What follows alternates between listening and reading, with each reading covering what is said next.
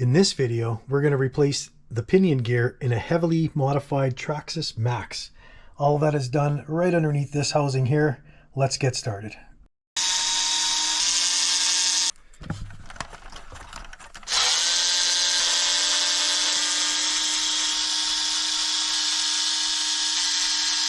Now that we have all the screws out, we just need to take these two covers off here to expose the gears.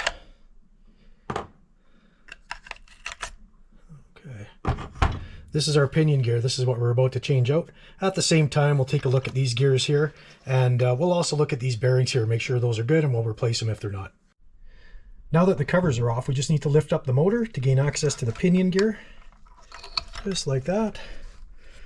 And while I'm at it, I'm just going to show you one thing here on the Maxx. They have a little pin system here that's used to set the gear mesh kind of automatically. I've got it for 25 tooth right here. We're going to be switching our pinion out to a 23. Which is stock in this particular vehicle. So I'll show you that in a minute. Before I take pinion gears off, I always heat up the grub screw, and how I do that is I just take the tip of a soldering gun and I hold it on that screw just like that for a minute or two.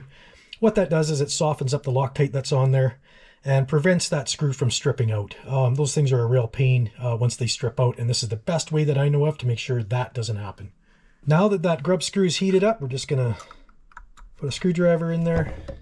And that should just come out real easy, just like that, without stripping it at all. When I'm replacing a pinion gear, one of the things I like to do if I'm going to reuse the grub screw is I just take it, put it on the end of a screwdriver like that, grab a wire brush. You can get these at any dollar store. And what I do is I clean the threads on that grub screw just to get rid of that old Loctite. I've already done that on this guy, so we're good to go. And the other thing I like to do on the pinion gear itself is I take an old piece of pipe cleaner like this, and I just run it through the threads on the gear itself, and that way when I reinstall this gear, the grub screw will have a nice hold on that gear. Okay. And then the next step here, we've got a little bit of time, so I'm going to put that grub screw in there right now. A little bit of Loctite.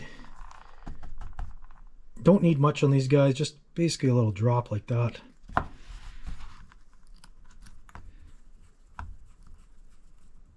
Okay, and now we can stick that back in the vehicle. While we have this component out of the vehicle, it's always a good idea to take a look at everything just to make sure there's no damage. The seals on the bearings are good. Just checking those. Yeah, those look good. And we'll take a look at our spur gear. One of the things you always want to check when you pop a spur gear out is check for broken teeth and make sure there's a consistent wear on all the teeth. Check all of the plastic parts. They all look good in here. And then the last thing we're going to want to do before we install this in the vehicle is apply some grease to this gear. Okay. And I like to use these old cut-offs from electrical zip ties. And I'll just spread the grease on the gears like this. Hopefully you guys can see that. Okay. Most of this is going to fly off when we run the vehicle for the first time after lubricating it like that. Basically all you want to do is get a nice thin coating on all the teeth on here, and then so what I like to do is run it on the floor for a couple of minutes and then clean out the housing just to get most of that excess grease out of there, and then it's ready for the next bash. Now we're going to take the gear mesh pin, which is in position F for a 25 tooth pinion, and we're going to move that back over to position D for a 23 tooth pinion, which once again is stock in this vehicle. Now with the pinion gear all prepped up, we're just going to slide it back onto the motor shaft here. And I'm just going to give it a very light tightening here until we mate it with the rest of the gears that are in the truck. Now that all the work's done, we can put everything back together. Okay, now that we have that in, just going to slide that back down. And once we've done that, we're just going to make sure that the gear is aligned with the spur gear here. Our new pinion gear is aligned with that spur gear. You just have to slide it forward or backward to do that. And once that's done, we're just going to tighten up that grub screw. And now that we've done that, we have to wait 24 hours before we can use that vehicle, just to let that Loctite dry.